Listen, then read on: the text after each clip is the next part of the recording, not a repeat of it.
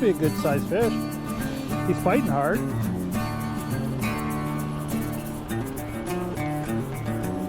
Yeah, that's rainbow. Nice fish.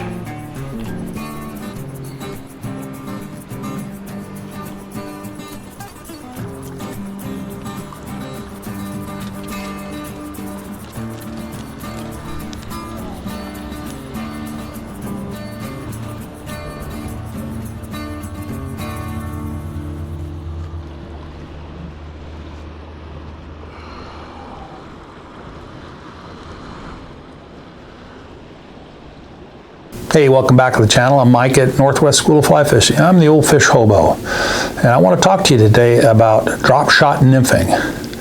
Yeah, but I'm not here to tell you it's the best out there, or it's change your life, or this is the greatest thing ever. No, there's enough of those videos out there, and I don't want to make another one like that. But what I want to do is really tell you some of the facts, truths, and myths about drop shotting. And that's what most people are concerned about. I get a lot of emails, comments, and texts about questions on drop shot nymphing. What about this? How can I do that? Can I do this? Can I do that? How you do this? What makes this? So on and so. How do I do that? I get a lot of that stuff. And it all revolves around certain things in drop shot nymphing. And I'm a drop shot nympher for about the last 25, 30 years. And I started drop shot nymphing back when you heard little about it or didn't even know it was around. And the reason why I changed to drop shot nymphing is because it's an extraordinarily effective way for me to nymph fish.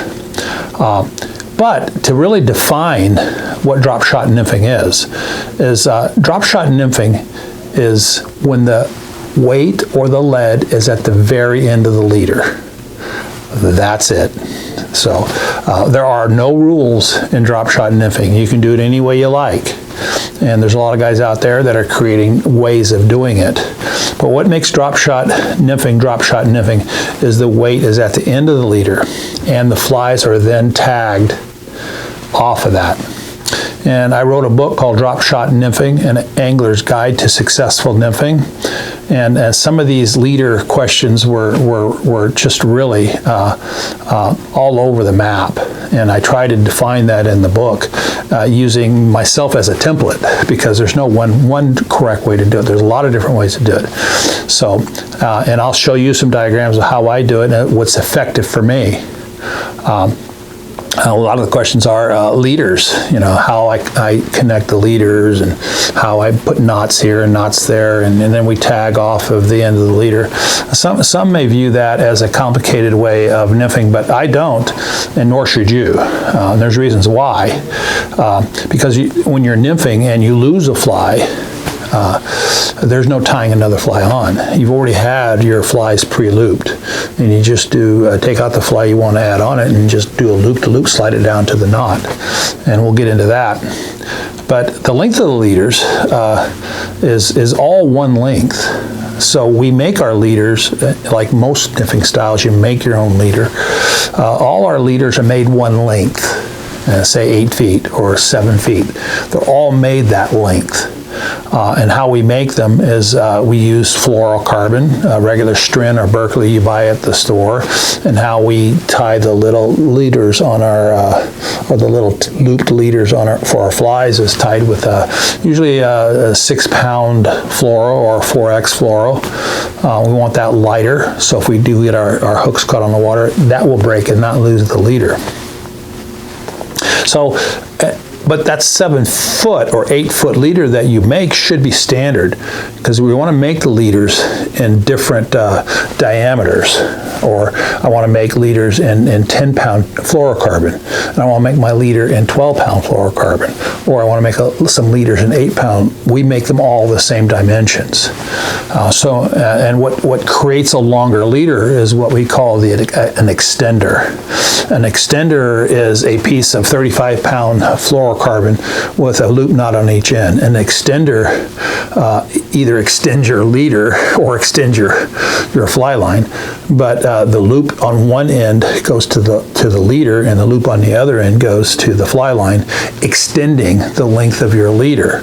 So when you need a longer leader, okay, you just add a 5-foot or 6-foot extender. And you need a shorter leader, you can take the extender off. So instead of tying all these different lengths of leaders and then trying to keep track of them all in little plastic bags and trying to fumble through that, all your leaders are one length. And the only thing that distinguishes a leader from the other leader is the diameter of the leader, a 10-pound leader or a 14-pound leader. So that's generally how the leader system works. And in fly fishing, I haven't lost a leader, nymphing leader. I haven't lost a nymphing leader in memory. I just don't lose leaders.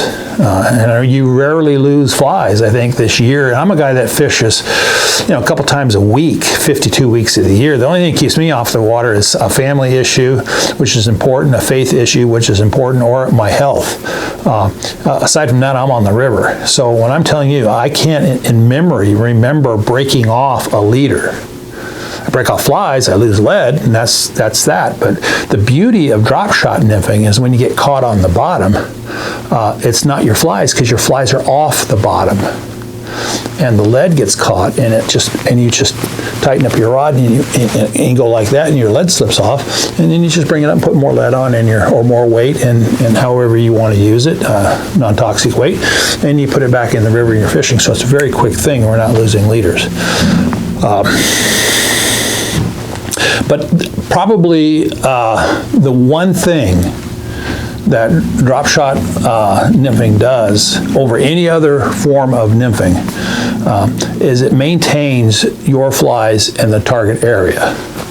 And that's important because if your flies aren't in the target area of a trout, you're not catching fish. If they go under, if they're on the bottom and they're going like this, trout don't feed on the bottom. They rarely, if ever, will dip down to feed. They can't even see the bottom that well in front of them because their eyes are forward and in. And they're looking out this way, and so it's binocular that way, or binocular this way, and binocular that way. They're not looking down. So if your flies are coming down, same thing up here. They just go right over you. If you're not using enough weight, it's going to go right over you. Or if it's this way or it's that way, it's out of the target zone. So what drop shot nymphing does is the leader system has it so the flies are not on the bottom. And depending how you set up your leader, it'll be right in the grill. So the lead will be right here, and your first fly will be right here. Say I'm the trout. I might be, trout's a little higher than I am, and it'll miss the first fly, but the second fly is right here, right in your grill. So there's never a question of where your fly should be. What is in question is how much weight should I be using, and what we call weight management. And Joe Humphrey said it best. He said the difference between a good nymph fisherman and a great nymph fisherman is a split shot. Well, who can say that? Who can argue with Joe Humphreys? I mean, the guy's a master. Certainly impacted the way I nymph fish, and that's really the key here: is to getting your flies or your nymphs in the target zone. Is we're able to add and take off weight. There then lies the beauty of the drop shot system, because you can add weight quickly on, and you can take weight quickly off. If you have weight in between, you can't get it off your leader. Or if you have weight built in to the fly, you can't increase it or decrease it. Or if you have a tungsten bead where you can just slide another one down, you can't do that because you got to untie it. So there's a lot of issues here, and this is where really the beauty of drop shot nymphing is your flies are off the bottom, your weight's on the bottom, and your flies should be in the area of the grill. And maintaining the proper level in the target zone is easy to do in drop shot nymphing because the weight is at the very end. I would say that probably I lose maybe one fly every time I go out. And sometimes I don't lose any. And sometimes I might lose two. So that average is one. So, or if I want to make a nymph change, it's just snap that off and do a loop-to-loop, slide it down. But by and by, there are other things in drop shot nymphing that are very similar to all other forms of nymphing, such as Euro, American Euro, French Polish, high stick, tight lining, strike indicator nymphing. Is our cast is almost identically the same. We've got to have that straight line cast behind us. And we're just popping it out there and bringing it through, just like you do in Euro nymphing.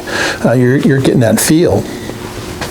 Which brings us to the rod itself. So if the cast is somewhat the same, I mean, there's idiosyncrasies with all other types of casting, but if the casting is the same, then really what differentiates one form of nymphing from the other is really the leader that we're using. And so our cast is the same.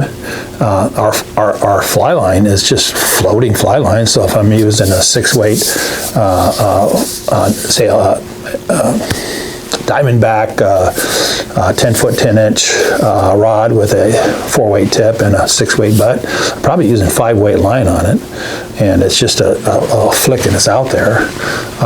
But the neat thing about drop shot nymphing is there's no rules, and you can do it with any gear. So if you have a 9-foot 6-weight or a 9-foot 5-weight or a 10-foot this, 11-foot that, it doesn't matter what rod you're using. It doesn't matter what reel you're using. It doesn't matter what fly line you're using. And there's no snaps, tippet rings, or anything like that involved. It's all straight, easy, step-by-step. Everything's loop-to-loop. There shouldn't be tying too many knots on the river.